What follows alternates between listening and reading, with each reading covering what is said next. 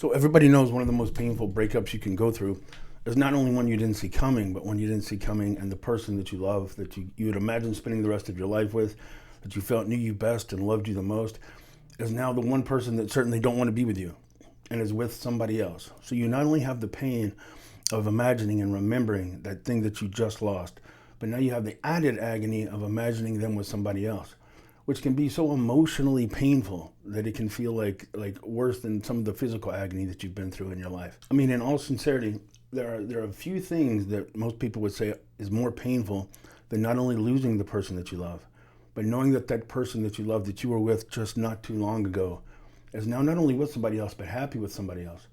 Now all of a sudden, all your most meaningful, beautiful, intimate, personal, powerful moments, the moments that you cherish the most with them, those torment you, because now you're imagining what all of those precious, incredible moments they're having with somebody else, and it can just flood you. And I'll stop. I'm not going to try to overly explain that because I don't want to traumatize somebody right now that's going through it.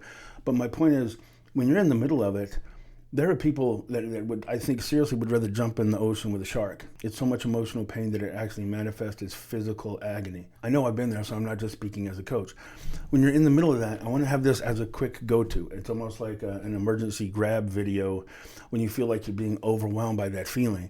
I'm going to give you the step-by-steps to have the most likely chance of winning them back. It's not a guarantee. I can't stand it when coaches say, do this, and 95% of the time they'll come back.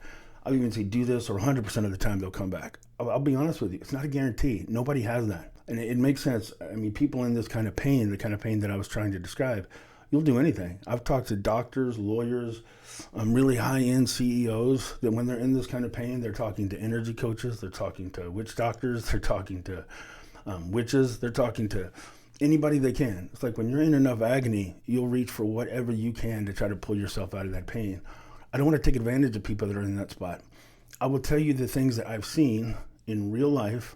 You have real hope. It's not as hopeless as it feels, but it's not a guarantee they're going to come back. It's your best shot. And not to give a tease, I don't say this in most videos, but please watch to the end because the end is a key part. The end is one of the things that people mess up, but I can't go ahead and explain that now because it wouldn't make sense. So the first thing to do if you're in this situation, understand that what you're feeling, that hopelessness, part of it's real, part of it's not. And what I mean is, time is what changes things. Time is a filter that people just don't think of when they're in overwhelming agony. When you're in overwhelming agony, instinctively, you want to get out of that pain. You want to do something now.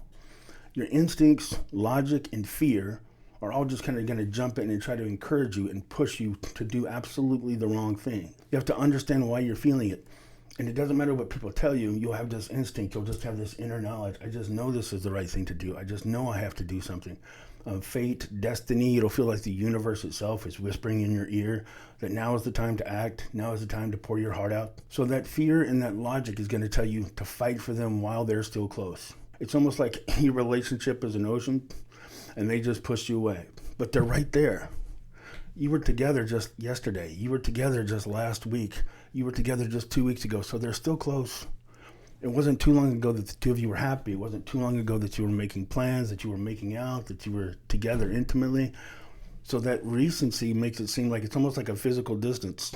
If I talked to him yesterday and we were both still in love, they're this close. But if I let time go by, they're getting further and further away. If I don't do something now, if I do any kind of a strategy that doesn't involve me doing something right now to save the relationship, I'm going to look up and they're going to be 5 miles away. Fear is going to tell you to act now. Your pain is going to tell you to act now.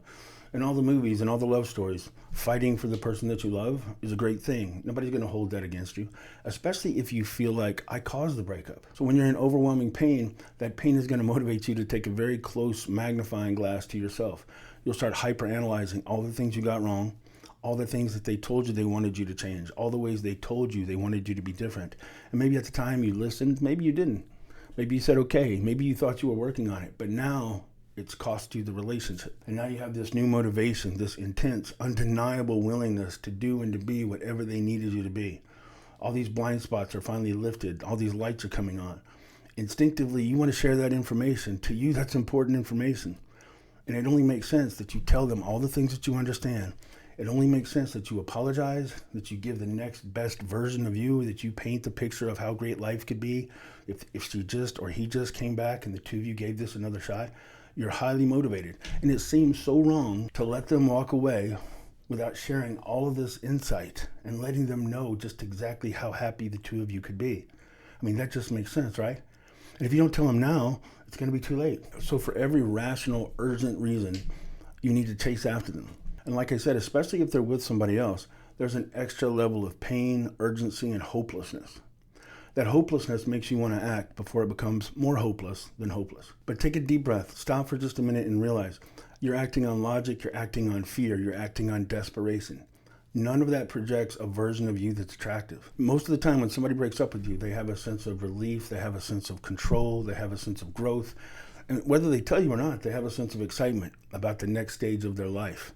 If they're with somebody else, that's even more magnified. They have a degree of enthusiasm and excitement because now that they've stepped away from you, as painful as this is to hear, maybe they're stepping into the relationship that they were meant to have.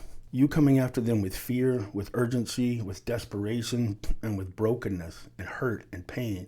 Even if they have sympathy for you, sympathy and pity are attraction drainers. They're not attraction builders. So you're actually reinforcing the idea that it's time for them to move on from you. They're excited about life without you. You're desperate and hopeless about life without them. A lot of times it makes them dig in even more deeply to the idea that they can't be with you. The more you beg, the more you plead, the more you chase, the more you argue, the more you're instinctively making them come up with the counter arguments and reinforce the reasons for breaking up with you. And it overinflates that ego, which is already usually overinflated just from being the one in the power position to walk away from you. And all of this romanticizes the new relationship. One of the key things to recognize is that it can be hopeless in the moment without it being hopeless. In the moment, if they've broken up with you to be with somebody else and you dive in, you're giving them the weakest version of you and you're competing head to head with the strongest version of that other person. If they're with that other person and it's new, especially if they did a little bit of monkey branching, then chances are they're in limerence with that other person. You don't want to compete with a rebound if your ex is in limerence with that rebound. It's not a fair fight. And to quickly define limerence, limerence is that sense of feeling almost euphorically high when you're falling in love with somebody. You have adrenaline, you have dopamine, you have serotonin, you have all these things kind of flooding into your bloodstream, making you feel like you're floating on air. If they're with that other person, they're fantasizing that new relationship. It hasn't been around long enough for them to know the flaws. It's still existing in a pure fantasy. This might be my soulmate. This might be the love of my life. This is the new exciting version. Meanwhile, you're a person that they've already been through the limerence with. They've already burned it out with you. They know all your flaws. They know all the struggles of a relationship with you. When they think of you, the ego boost they get from you is knowing they walked away from you. They don't want to lose that. Instinctively, people want to hold on to that feeling of being in a power position, of having a sense of growth, of having a sense of strength, excitement for the new stage in their life. So it actually boosts their ego to be the one to push away from you, whether they admit it or not. And it boosts their ego to be with this new person that they're in limerence with. So one of the things you have to understand, in the moment, it might be hopeless in the moment. That doesn't mean it's hopeless long term. Let me explain it this way. The pillars of limerence are all in favor of the new person in the moment. That's a key thing to remember. That's a mantra you want to have in the back of your mind. For now, in the moment, give it time. Because right now, if you're in limerence with somebody, there are a few things that trigger that. One of the pillars of limerence, one of the things that triggers that sense of, I really want to be with this person, that sense of excitement, that euphoria that you get when you get around them, is newness. Our brain kind of craves a new experience. It's like a new adventure. It's like a new excitement. That's one of the most attractive things that we get in a relationship. Well, when you've been with somebody for a while, that newness has kind of been drained. You might find yourself living the same day over and over and over again. And it's hard to get excited about waking up in the morning when this is the same morning you've lived 1,000 times. When somebody else new comes into the picture, this is a new story. This is a new adventure.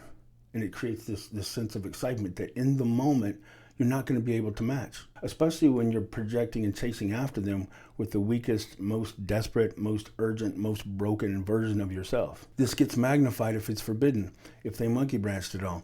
Normally, if they broke up with you and they're immediately in a rebound relationship, a lot of times there's overlap there.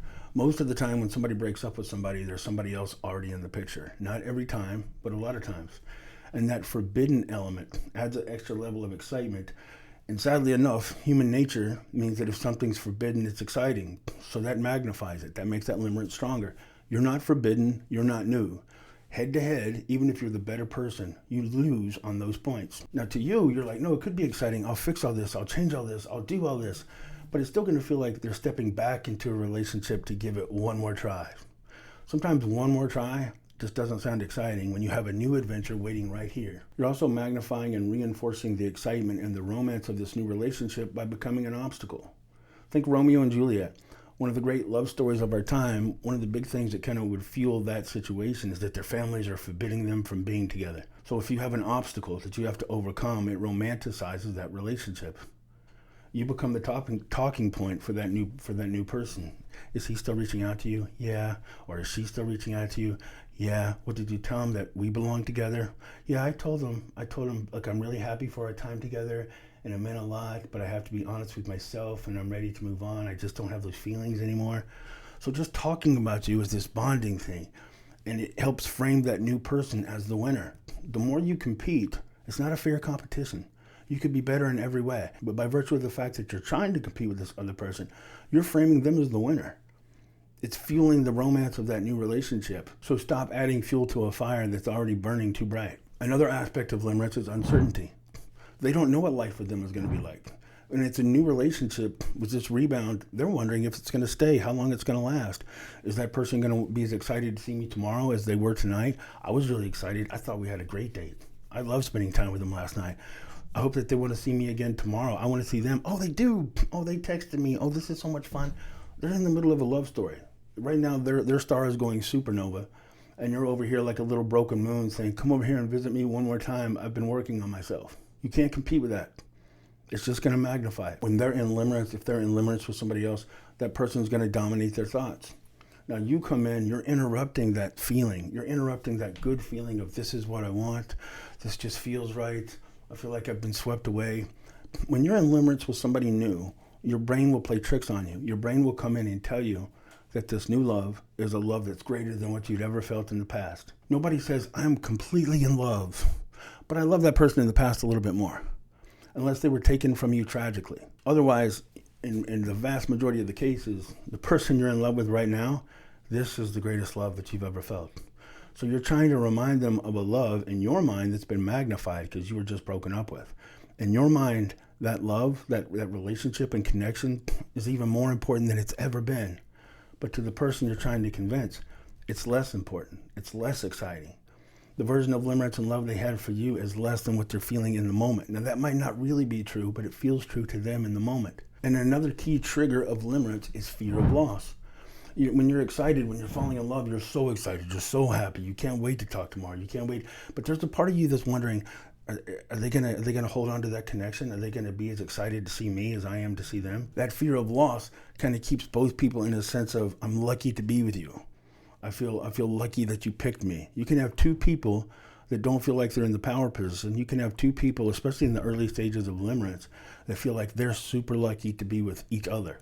And because they feel super lucky to be with each other, there's a little bit of fear of loss. There's a little bit of fear that this magic carpet ride that we're on might come to a stop. And every day it doesn't come to a stop, the more excited they get for a while. Meanwhile, you make it impossible for them to have a fear of loss from you because you won't stop chasing them. It's kind of the house and the porch metaphor again. If somebody breaks up with you, it's like they're asking you to move out of the house. If you camp out on the porch and keep knocking on the door saying, I understand now, I can change. Do you remember how happy we used to be?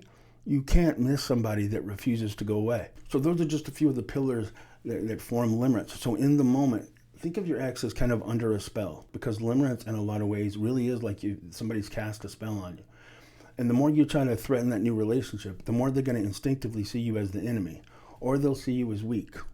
Or if you keep chasing, they can even, I hate to use harsh words, but they can see you as pathetic. The more you keep proving to them that you can't live without them, the more they're certain that they can't live with you. One of the strongest attractors that you can have, especially as a guy, women like to be wooed, they like to be chased, they like to be pursued, unless they've told you no, and you keep resisting. You keep trying to overcome while they're in love with somebody else. But from women to men, one of the most attractive qualities a woman can have towards a man is when she sees him as strong, when she sees him as dominant in his field, when she sees him as unshakable. She wants somebody that's living an adventure. She wants somebody that his life is an exciting thing with her or without her. If she's the most exciting thing about his life, why does she need him? If she's the center of his life, she's already got her. People want to be a part of something exciting and new. That's why that rebound relationship is so attractive right now. All this to say, everything I'm saying, and I know I'm painting a bleak picture here, but everything I just said is for now. Everything is temporary. And you're kind of some of the strongest evidence that I can give you right now. There was probably a point when everything I just said, she thought about you or he thought about you. You have to give it time. Limerance is based on a fantasy. There's no such thing as a relationship that lives up to every expectation. Give that new relationship time. Give it time to play out. Stop fueling it. Stop making that fire even stronger and even brighter by adding your love and your endless pursuit to the ego stream that person's already getting. And what I mean by that is, imagine that this is their ego. This is their sense of importance. Well, while they've been with you, after you've been in a relationship for a while, that feeling of being important, that sense of being pursued and valued, that sense of limerence that I'm talking about has dipped. Well, now somebody else comes into the picture. So there's that new person, the person that they're now having the rebound relationship with.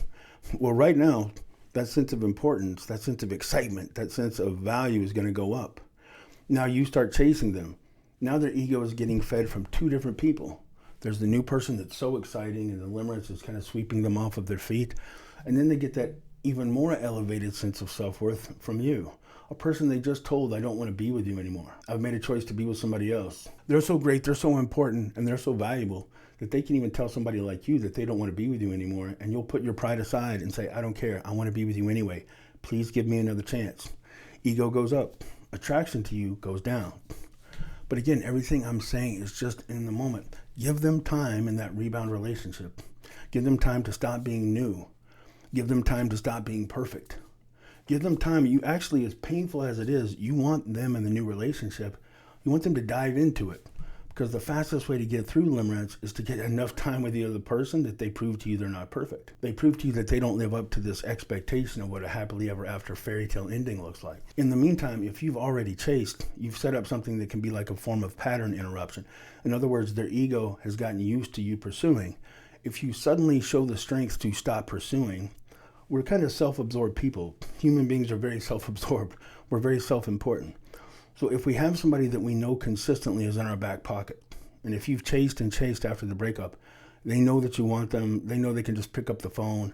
Like I said, you're on the porch. All they have to do is open the door a little bit and you'll come rushing back in full of gratitude. But if you've set that up by endless pursuit that's really hurt and drained attraction, if you now stop and start showing some strength and let them notice that you're not chasing anymore, you're not texting anymore, human instinct makes them notice.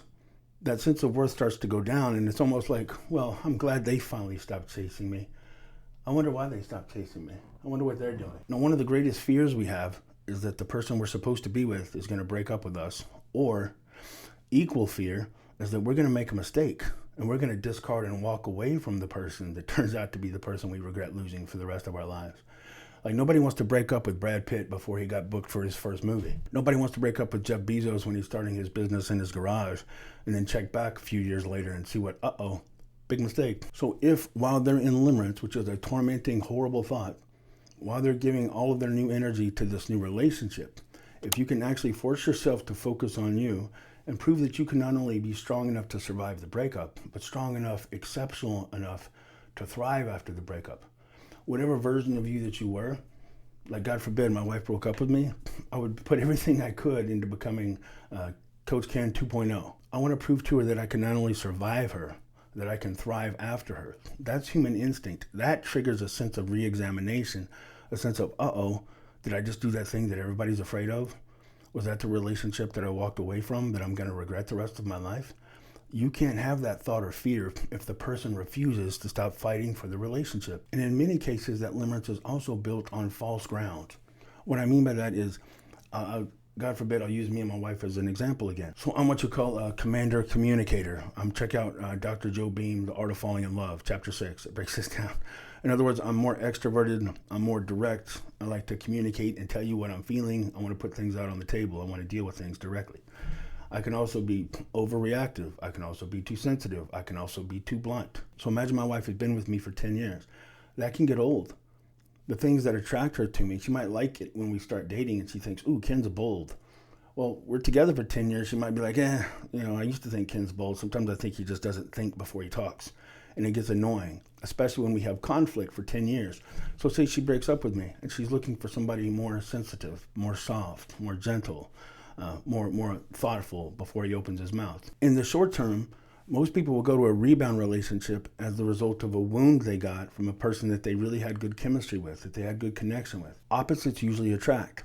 As long as you have common life goals and a common moral code, and there's some general attraction for the two of you, opposites usually attract. We admire characteristics that we don't have. We're fascinated by talents that we don't have. So normally the most powerful chemistry you're going to have is to somebody that's wired differently than you.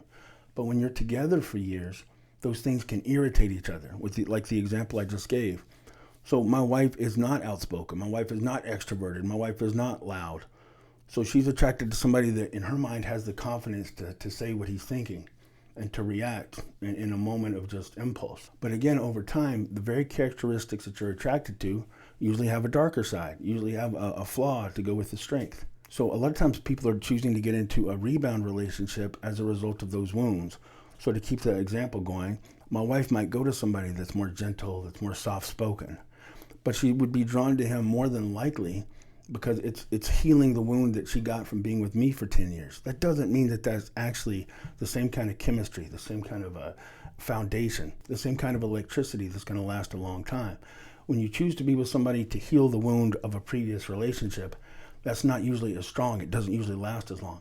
So there's a good chance if this rebound relationship is happening after the two of you have been together for a really long time, your ex is choosing to be with somebody to heal a wound they got from you. I'm trying to boil it down like this. If somebody just broke up with you, a meaningful relationship, they just broke up with you, they're in a rebound and they're in limerence with somebody else, it's going to feel hopeless. It is hopeless in the moment. There are some stages when if you fight and do and plead and compete, you're going to make it worse. You're going to push them further away. You're going to lower the attraction to you. But stop and recognize hopeless in the moment is not anything close to the same thing as hopeless. Time changes everything. While they're finding out the flaws of this new person, and I don't mean an eternity when I say time, I mean give it 6 months. Give it just 4 to 6 months. And that might seem like torment to you right now. But the more you chase, the more you're delaying that. Give them time. A lot of limerence burns out within that first 6 months. It doesn't take us long as human beings to prove we're not as perfect as the fantasy seems like. And the faster you stop chasing, the faster you stop romanticizing, the faster you stop reinforcing this new relationship by you trying to fight against it so much, the faster they'll get through that limerence. And they'll notice it's instinctive. They'll notice you stop chasing. They'll want to know, have you gotten better? Have you moved on? Are you a better version of the person they broke up with? Have you become a better person while the person that they were with, that they thought was so amazing, has proven that they're human after all? And that this relationship isn't everything that they thought it would be? Things shift, but you have to give it time to shift. If you don't give it time, you're actually projecting a weak version of you that's going to be very unattractive and extremely unlikely they're just going to choose. They're not going to break the spell of this new person and throw away what they consider might be the love of their life. This is the beginning of a great love story, but I'm going to throw it away to step back into a relationship with a person who looks weaker, more desperate, and more unattractive than they've ever looked before. That's not how it works. It's not going to happen. But give it time. I remember when I was going through it, I even told everybody, I said, stop giving me updates. I know she seems really happy. I don't care. I don't care if they adopt 2 kids from Africa. I don't care if they bought a new house. I don't care if you get a wedding invitation. Right now, she's in limerence with that other person. So it might look like they're going to get their happily ever after, but I know not to trust the moment. So I don't want to hear about the moment. I'm actually glad that they're starting their pumpkin carriage ride, because the faster they start living this life of I can't believe how lucky I am, the faster they're going to find out they're not as lucky as they thought they were. In the meantime, focus on yourself. Now, the end part I was talking about, when they come back, it's important that you have focused on rebuilding yourself. And when they come back, don't dive in. Don't act like, hey, this is everything that I dreamed it would be. I've actually been planning and working and building myself. It's been torment thinking about you being with that other person. But now that you've come back, I can breathe again. And all those insights that I had. Here's all the ways I'm making you the very center of my universe, so I can quickly redrain the attraction that it took me this long to rebuild. You need the time. As painful as it is, you need the time of them to be in limerence with that other person to rebuild your sense of self-worth. If you don't, when they come back, you'll sabotage it. I have more clients that ruin it just when their ex is on the threshold of coming back by diving back into the relationship. I'm so glad that you came back. You don't know how much I've missed you. Here's everything I've been thinking. Here's everything that I've been wanting. It's not just a strategy. It's not just a trick to get them to come back. You really do have to convince yourself and remind yourself that you're strong enough, that you have enough meaning and purpose in your life to live without them. You want to win them back? If you feel like you just can't live unless you absolutely, totally get them back, then chances are you won't get them back. It's a contradiction. You have to be strong enough to know that you can thrive and excel and live a great life without them to be strong enough to win them back in the first place. or at least to hold them. So I hope this helps. You can find me at realcoachken.com, and details matter. There's very few situations where just one approach fits all. That's why it's another reason I don't like those videos that say do this, and 95% of the time. Like sometimes the situation, it's not as simple as it sounds. It doesn't fit neatly into a category. So if I can help, you can find me at realcoachken.com, and I'll be back again soon. Oh, and please give me a like, subscribe, and a share if you think of it. I appreciate it. Bye-bye.